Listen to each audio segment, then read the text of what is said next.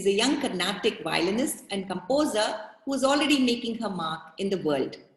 Her recent composition, Merging Parallels, has earned high praise from none other than John Mclaughlin, the virtuoso musician who has been a part of the journey of contemporary world music. Hello, Apoorva. Welcome to the show. Thank you for inviting me. Really happy to be here. Yeah, I'm so happy that you are able to join us from Chicago today for this edition of Spotlight with Sandhya. Tell me how this whole, inspiration or collaboration that led to your most recent track came about. I think you were performing at an event to celebrate Ustad Zakir Hussain. Right. It all started from there. Tell me about it. Exactly. Yes. So in Boston, when I was studying and doing my postmaster's fellowship, I had an opportunity to perform at the Harvard Business School. It was a show that was organized by the Berkeley India Exchange, and that was when Zakir ji came in, and I played a Shakti medley with the team as well as with him, of course. And John ji had actually come because he was the guest of honor, and at the very end of the show, everybody was requesting for an encore performance for them to play, of course. And they just happened to call me on spot, and we ended up playing one of their masterpieces called Lotus Feet.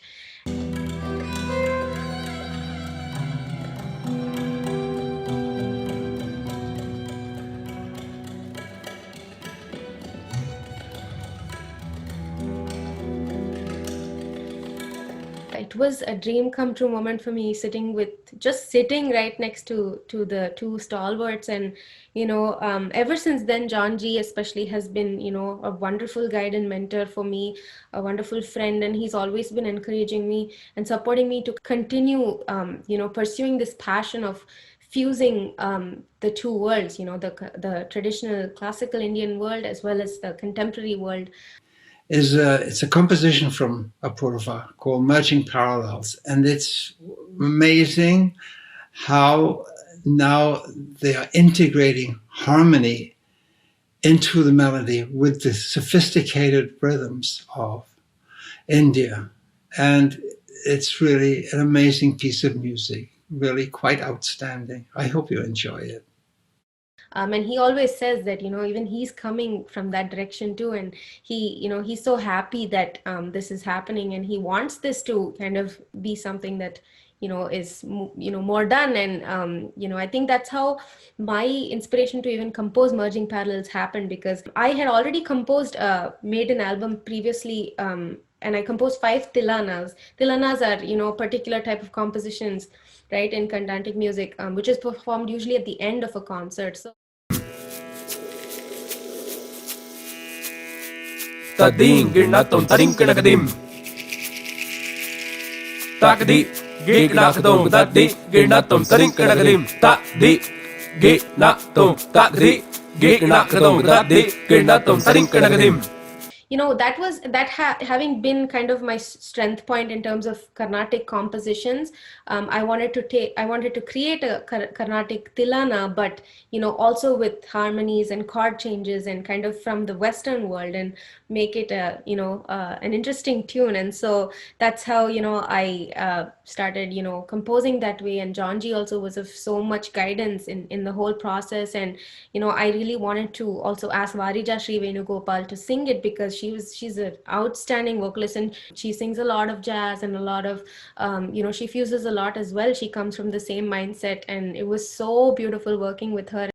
Takadimmi takajanu takadimmi takajanu Takadimmi takajanu takadimmi takajanu Takadimmi takajanu takadimmi takajanu Takkida digudari kita takadimmi takajanu takadimmi takajanu Dinkida digudari kita takadimmi takajanu takadimmi takajanu Tumkida digudari kita takadim Tankida digudari kita takadim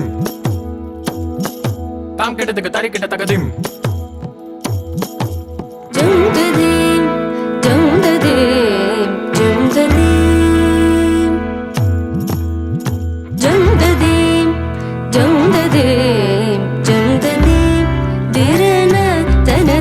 Alif Hamdan played the guitar. He's based in New York. He brought great harmonies to the piece and everything.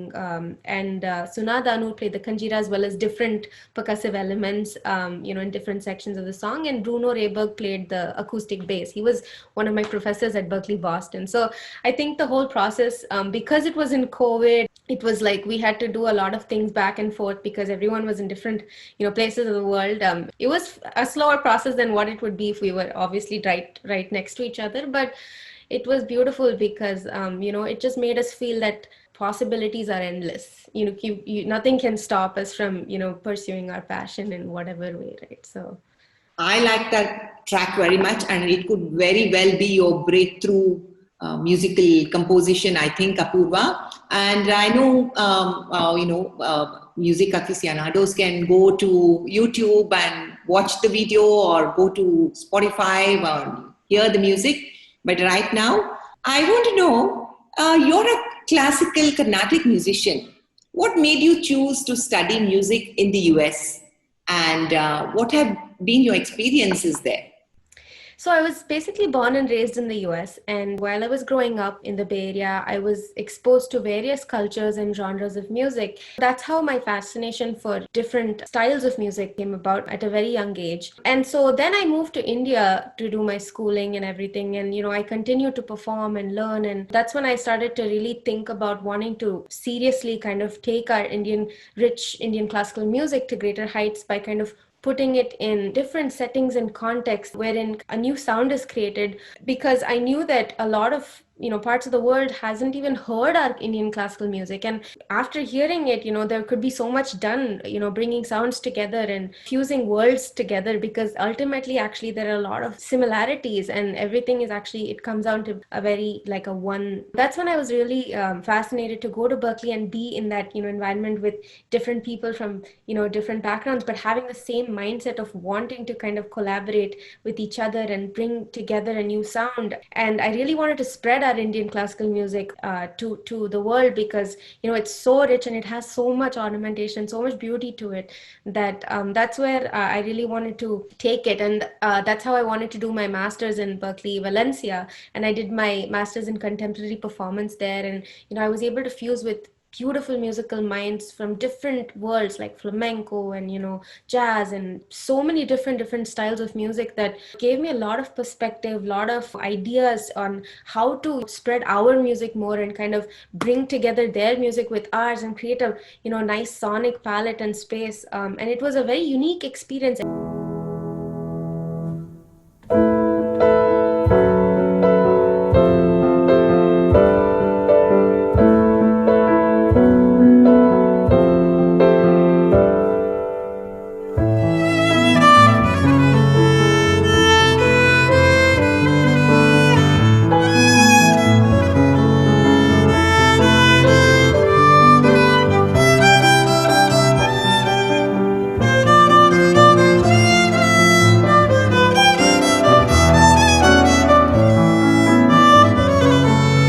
Time that I did something new, because of the different personalities and experiences that they went through. And after that, I came to Berkeley, Boston to do a postmaster's fellowship here.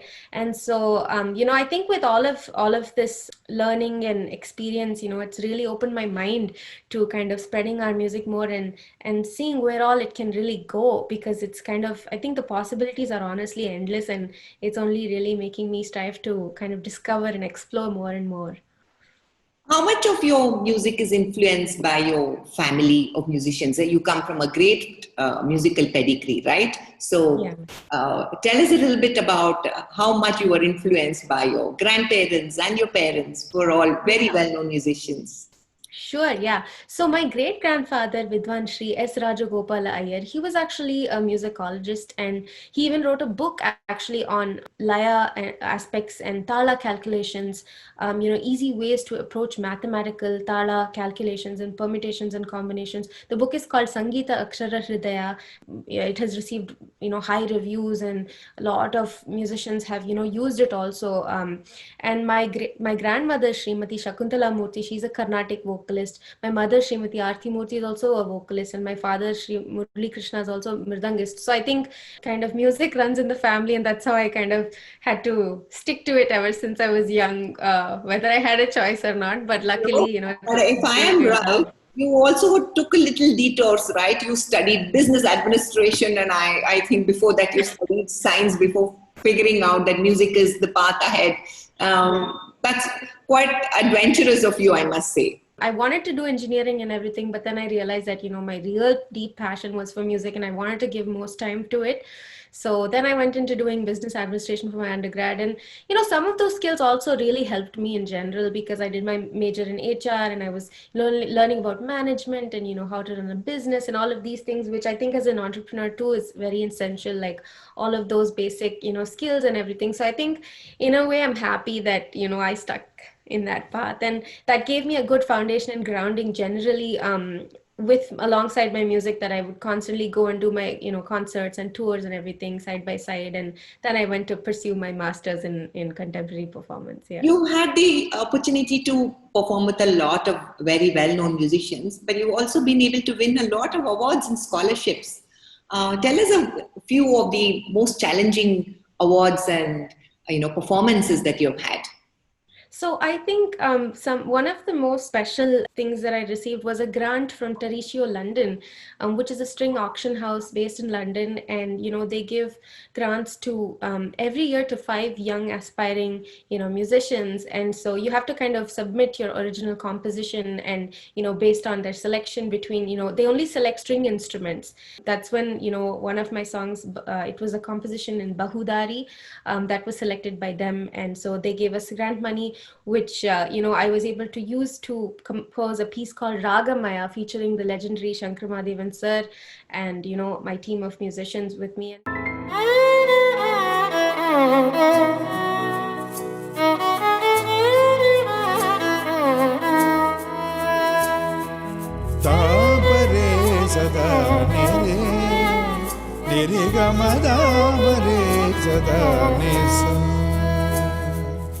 And that was one of my special moments.